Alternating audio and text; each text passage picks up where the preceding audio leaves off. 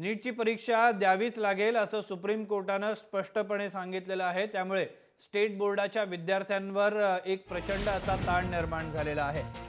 यातले काही विद्यार्थी आज मनसेचे अध्यक्ष राज ठाकरे यांची भेट घेणार आहेत। विद्यार्थी तसंच त्यांचे पालक ही भेट घेणार आहेत। सुप्रीम कोर्टानं नीटच्या परीक्षेतून दिलासा द्यायला नकार दिलेला आहे। या परीक्षेसाठीचा अभ्यासक्रम हा राज्यातील बोर्डाच्या विद्यार्थ्यांसाठी प्रचंड अवघड मानला जातोय।